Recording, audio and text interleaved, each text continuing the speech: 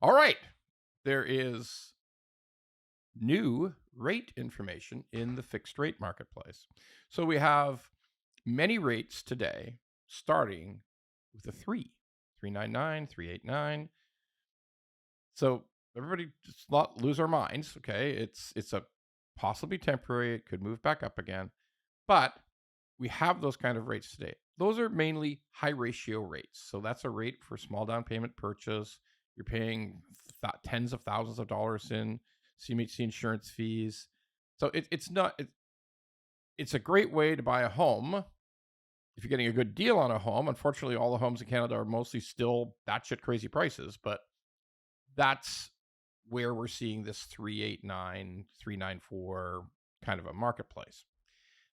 But wait, that also means that some conventional mortgages and some renewals, particularly, some conventional mortgages will also get 399. Like if it's a really big mortgage, perfect customer, yeah, there's 399 available out there.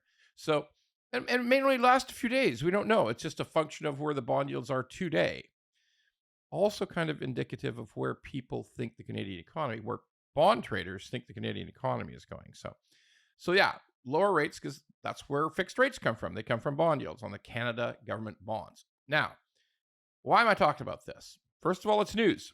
Second of all, there is distinct fuckery going on in broker world because brokers are marketers, brokers are salespeople, mortgage brokers, mortgage agents are salespeople. So some of them do evil shit. So let me explain. Now, you could have a rate today of 569. You might have got it 2 years ago on a 5-year fixed. You could have 529. You could have 499. You could have 489.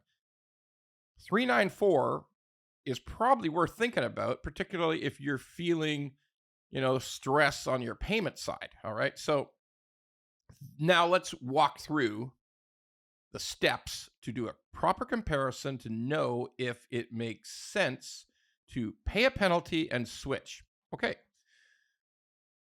It may indeed be a good idea to pay a penalty and switch because it's just math. But let's beware. As I said, there is bullshit and misdirection going on from some brokers. I just caught one motherfucker the other night. So let me explain. You have to take it in steps. You have to do the right thing. And this person was not doing the right thing. They were on TikTok making it sound like they were miracle workers, that on a $400,000 mortgage, you could switch to a new rate. Never mentioned what the new rate was, of course, because he's not a discounter like our company. He wants a full pop commission on this thing. And he's talking about that he magically saved someone $34,000 on a $400,000 mortgage from switching from a 489 rate to his new miraculously better rate, which he never mentions because he's a fucker. He's just a fucker. So what this weasel is lying the most about is the $34,000 sort of benefit. What he's done is, instead of analyzing the difference between the new rate that he can get, the new lower rate that he can get, and the time until the next renewal, because whatever your renewal is, at the point of renewal, you don't pay any penalty. You don't pay any penalty. He was boasting about paying a $10,000. We could pay a $10,000 penalty, and you still are $34,000 ahead. Utter bullshit. But why? Because he's pretending that when he switches you to a new 5-year term, that somehow that goes on, that's the whole savings. Because if you only have 2 years left, he should only be analyzing the 2 years before he comes up with his magical $34,000 number. It's normally only about a much smaller number, enormously smaller. But because he's a bullshitter, and by the way, I put a comment on his TikTok that he's a liar. Naturally, he started DMing me, how dare you? And never denied he was lying because I caught him in exactly what he was doing.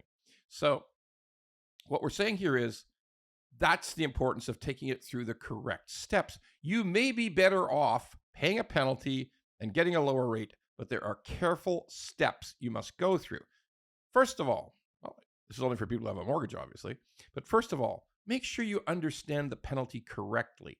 It may be hard, but you got to get it out of your existing lender. You got to phone their customer service office You got to call the call center and you got to just dig it out of them. Dig it out of them. They'll try to fight you. They'll try not to give it to you, but it's your mortgage. You have a right to ask these questions. That's the way it works. So you finally dig that number out of them. It's not accurate because it could literally change every day after you get the number, but it probably won't change enormously. So next step, find a better rate. Find shop. Go to all the websites. Go to all the places like WOWA and Ratehub and all the rest, and find the very best rate. Call whoever has the best rate. Double check that you actually qualify for that rate, so you're sure. And then you got to do some analysis. You got to ask the person, whoever it is you're switching to, does that new bank, new lender, how much is it going to cost to actually do the transaction? Will there be legal fees? Will there be appraisal fees? What's going on here?